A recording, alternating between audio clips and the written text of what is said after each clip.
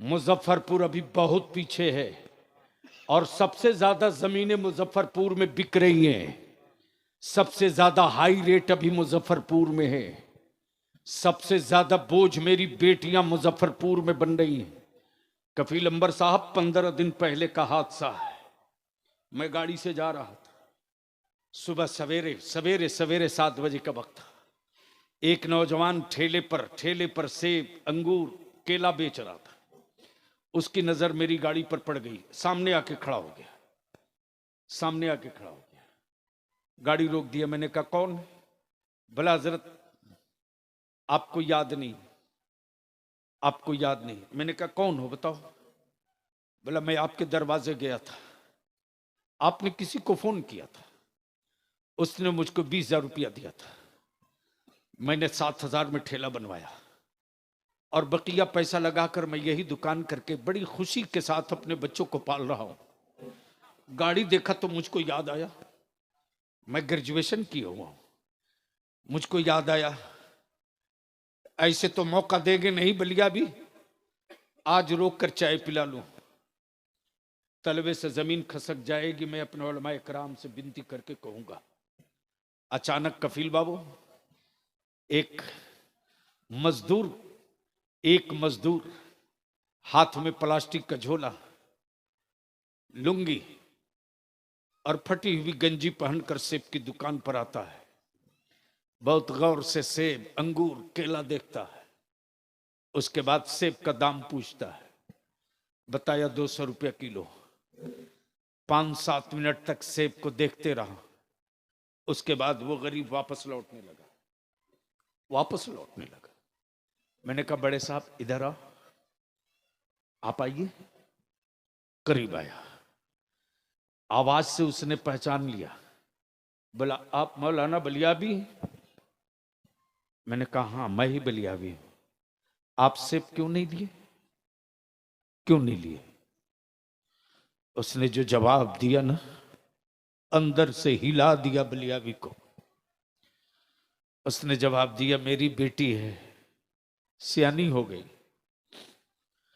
जब मैं सुबह मजदूरी पे जा रहा था तो मेरी बेटी ने कहा अब्बू सेब लेके आना। मैं सेब लेने के लिए आया। सोचा था आधा किलो ले लूं, लेकिन 100 रुपया लगेगा। मेरे पास 300 रुपया है। मैं 100 रुपये का सेब खरीद लूंगा। अगर कल मुझको मजदूरी नहीं मिलेगी तो कल शाम को मेरे घर चूल्हा नहीं जलेगा।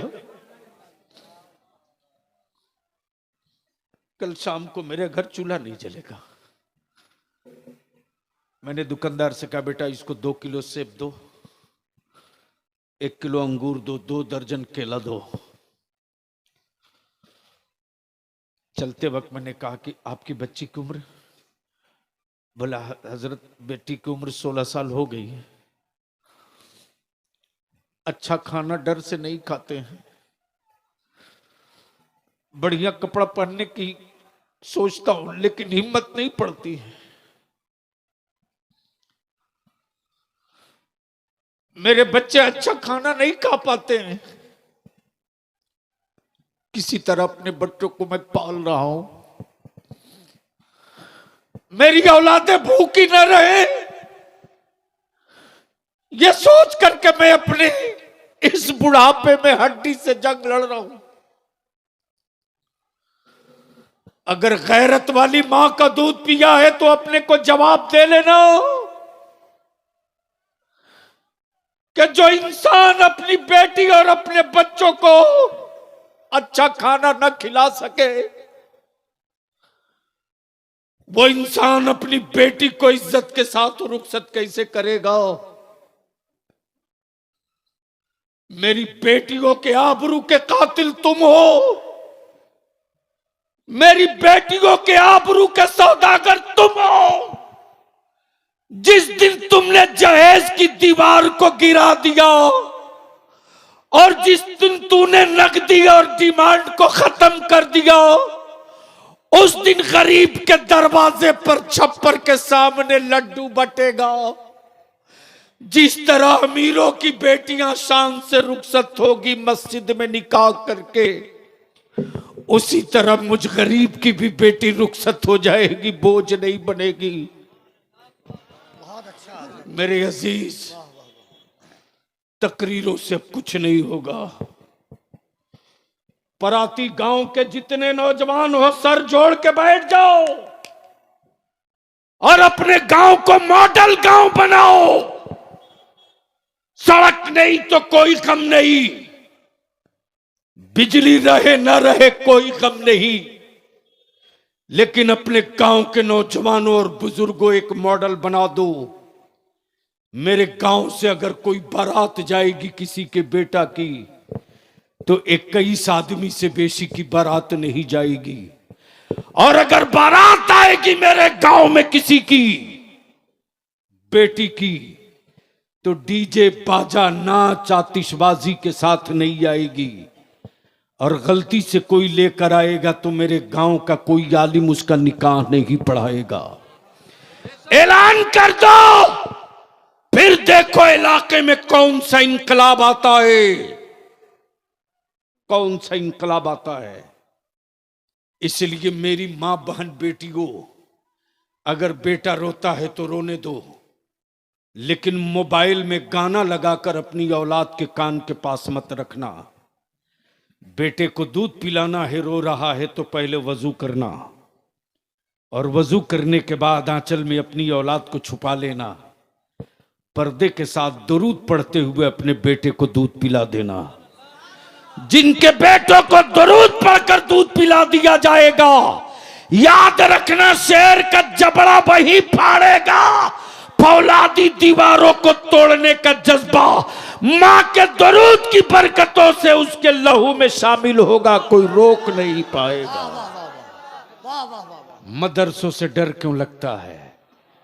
जब सलाहुद्दीन अय्यूबी ने बैतुल मुकद्दस दोबारा फतह कर लिया, तब यहूद व नसारा ने तहकीक करना शुरू की कि आखिर सलाहुद्दीन अय्यूबी पढ़ा कहां से है, इसकी तालीम कहां हुई, यह किस दारुल यह किस यूनिवर्सिटी का प्रोडक्ट है, यह किस कॉलेज में तालीम हासिल किया है। डर मदरसों से क्यों लगता? तो आखिरी रिपोर्ट जो फाइनल रिपोर्ट आई वो ये आई कि सलाहुद्दीन अय्यूबी किसी कॉलेज का पढ़ा नहीं था, सलाहुद्दीन अय्यूबी किसी यूनिवर्सिटी का पढ़ा नहीं था, सलाहुद्दीन अय्यूबी की तालीम मदरसे में हुई थी, मदरसे में हुई थी। हाँ, कल के मदरसे में आज के मदरसे में फर्क है।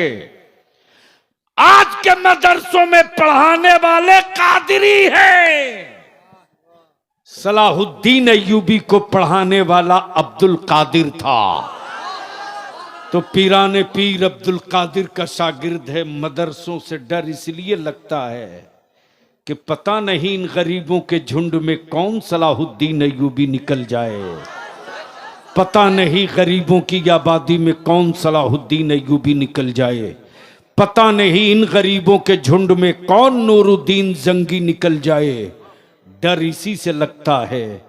तब बलियाबी कहता है, मदरसों की ईंटों को गूंगी दीवार समझने की गलती मत करना। अगर ये चीख पड़ेगी ईंटें, तो हुक्मरानों तुझे कहीं छुपने को जगह नहीं मिलेगी। इसलिए फिर मैं आखिर में कहूँगा, अपनी औलादों को बुज़दिल मत बनाओ और अपनी औलादों को जज्बाती मत बनाओ।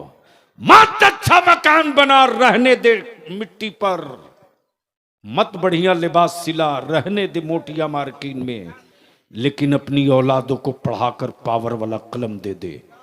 इसलिए कि जिसके हाथ में पावर का कलम होगा, मैदान जंग में फतह का झंडा उसी के हाथ होगा। अल्लाह तबारक व तआला मदारिस के जिम्मेदारान को, हमारे असातिज़ा को, अराकीन व मुआविनीन की उम्रों में खूब बरकतें अता फरमाए। रब कदीर की बारगाह में इल्तिजा है, ये सलामत रहे दरख्त, परिंदे चहचहाते रहें, सलामत रहे ये दरख्त, परिंदे आते रहें, चहचहाते रहें, तराने लाहूती सुनाते रहें और परवाज करते रहें। अल्लाह रब्बे जुल जलाल हम सबके जान की, माल की, मुल्क की, इज्जत की, आबरू की हिफाजत फरमाए। यार जिंदा सोहबत बाकी। सलाम अलैकुम।